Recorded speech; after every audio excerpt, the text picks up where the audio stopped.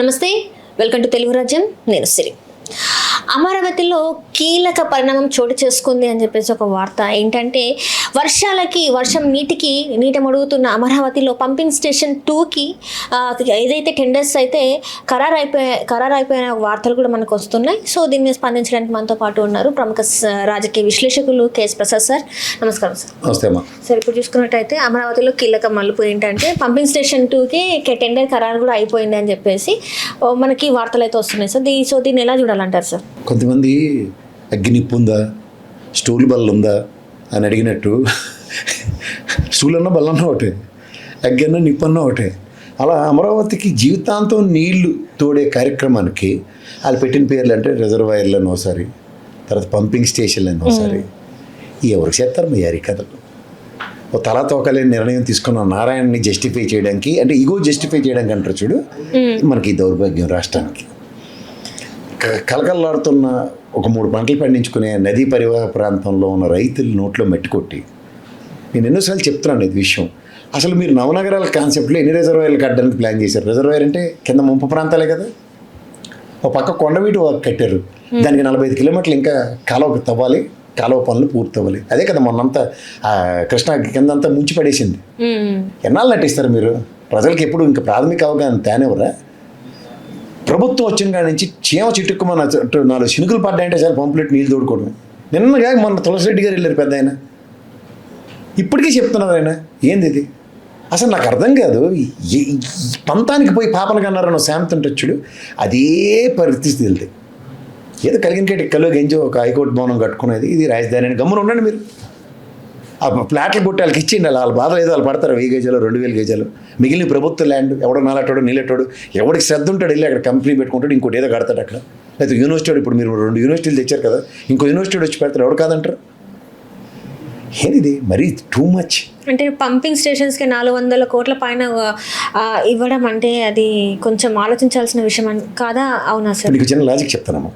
ఇప్పుడు మనకి ఇక్కడ వర్షాలు పడతాయి హైదరాబాద్లో, మన చెన్నైలో కూడా వర్షాలు పడి ములిగింది కదా. 4 పంపులు పెట్టుకుని మనకు మణికొండ ఉంది, సినిమా యాక్టర్లు అందరూ ఎగేసి పోయారు కదా, దమిడికి పనికిరాని వాళ్ళందరూ పెద్ద పెద్ద వెల్లాలు బంగ్లాలు కట్టుకు చచ్చారు. ఏమైంది? ములిగిపోయింది కదా. పంపులెట్ నీళ్ళు తోడి తర్వాత నార్మల్ లైఫ్ రెస్టోర్ అయింది కదా. ఇక్కడ నీకు పంపు కొట్టి నీళ్ళు ఎక్కడ పెట్టాలి? కృష్ణానదిలో కలపాలి, అంతేనా కదా. కృష్ణానదికి వరద వస్తే మళ్ళీ ఇటుపక్క కొడుతుందా? అటుపక్క కొడుతుందా? ఇటే కొడుతుంది. మరి ఎన్నాళ్ళు జీవితాంతం ఇదే ప్రక్రియ? కానీ అర్థం ఉంటుంది అసలు ఎవరికైనా? లాజిక్ అన్నది ఎక్కడైనా వాడుతున్నారు ఎవరైనా? మీరేం చెప్పారు? నవనగరాలు ఉన్నప్పుడు ఎన్ని రిజర్వాయర్లు కట్టాలో మీరే లెక్కలతో సైతం చెప్పారు. 9000 కోట్లు లెక్క చెప్పారు. ఏందో పక్కనే ఏమైనా మనం ఆర్థిక పరిపుష్టితో ఉన్నామో? ఈ పంపు హౌస్ పెట్టి నీళ్ళు తోడమే కదా. దానికి తెలుగులో నేను మాట చెప్పాలంటే నీళ్ళు తోడడానికి 450 కోట్లు నారాయణ గారు స్వాహ. అడిగినోడు లేడనా ఈ ప్రజాస్వామ్యంలో? వాళ్ళకి ఏం ధైర్యంతో ఇప్పుడు ఒకరోజు వర్షం పెడితే ఇది నీళ్ళు వచ్చి మునిగిపోతుంది, దీనికి ప్రత్యామ్నాయం ఏం ఆలోచిద్దాం అన్న దాని మీద పని అవుతుంది. ఇప్పుడు జగన్మోహన్ రెడ్డి అయితే క్లిష్టప్రియర్గా చెప్పాడు, ఇది మునిగిపోయే ప్రాంతంలో నేను కట్టి ఏడిచావాలి ఇంకా. కానీ ఆయన తప్పు కావాలని ఇదంతా చేస్తున్నారు. సరే తప్పే.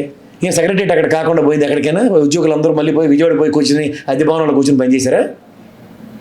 సచివాలయం ఇంకా తర్వాత కట్టిన అసెంబ్లీ ఉంది, మీరు వెళ్ళి అక్కడ వెళ్ళి వాదించుకొని తెరబడిపోయి చచ్చారు కదా అందరూ.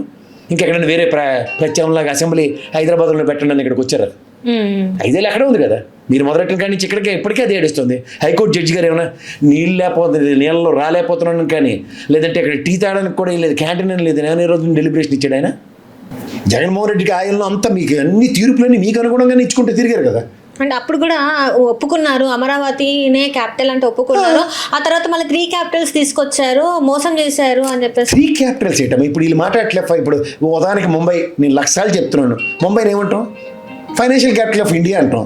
అంటే ఏంటి? నిర్మలా సీతారామన్ గారు అక్కడికి వచ్చి బడ్జెట్ పెడుతుంది ఆవిడ, లేదా రిజర్వ్ బ్యాంక్ గవర్నర్ అక్కడ కూర్చొని వచ్చి నేను ప్రతిదీ రెపో రేట్లు అన్ని ఇక్కడ కరెక్షన్స్ అన్ని ఇక్కడి నుంచే చేస్తాను తప్ప ఇక్కడి నుంచి ఏమైనా కాంట్రాక్టరీ స్టేట్మెంట్స్ ఇస్తున్నారా? ఏంది అసలుకి? ఏమైనా అర్థం ఉంటుందా? ఒక్కొక్క భౌగోళికంగా అక్కడ ఉన్న ఇతిగతులు, సామాజిక స్థితిగతులు ప్రభావితం చేసే ప్రాంతాలకు కొన్ని పేర్లు ఔన్నత్యాలు వస్తాయి. ఇప్పుడు పహల్గామ్ ఇంచుమించుగా స్విట్జర్లాండ్ అంటున్నారు. అంటే ఇటు స్విట్జర్లాండ్ ఇండియాకి వచ్చిందనే? జర్నలిస్ట్ అనే సన్నాసివాదాలు ఉండబట్టి దరిద్రం అసలు. ఫస్ట్ ఆఫ్ ఆల్ సన్నాసులు జర్నలిస్టులు చేసి కూర్చోబెడితే ఆల్రెడీ బహిరంగ మఠాలు ఉన్నాయి మన ఉద్ధరించడానికి, దమ్ముడికి పనికిరండివి. అలాంటి దౌర్భాగ్యులు దాపరించి ఇష్టం వచ్చినట్టు రాతలు, వక్ర రాతలు ఎదుక్కోవాల్సి వస్తుంది నిజమైన వార్త ఏదని. ఇప్పుడు వీళ్ళు మాట్లాడితే ఈయన సొంపుగా ఉంటుంది. దీని మీద ఎవరు మరి ఆ పార్టీకి సంబంధించిన వాళ్ళు మాట్లాడట్లేదు, ఇది ఇంత జరుగుతుంది ఇవన్నీ. పార్టీకి మాట్లాడే వాళ్ళ కన్నా కొంతమంది కుల ప్రాతిపదిక మీద మేధావులని ముసుగుల్లో బతుకుతున్నారు ఈ సన్నాసికల్లో. వీళ్ళని ఫస్ట్ ఎట్లా పెడితే సగం ప్రాబ్లం సాల్వ్ అవుతాయి. మెయిన్ కల్ప్రిట్స్ వీళ్ళే. సమాజానికి మంచిగాను చెడుగా చెప్పకుండా అవకాశవాద రాజకీయాలు కులం ముసుగులు చేసే దౌర్భాగ్యులు ఎక్కువైపోయారు. అది మీడియాని కొంతమంది మేధావుల ముసుగులో ఉండే.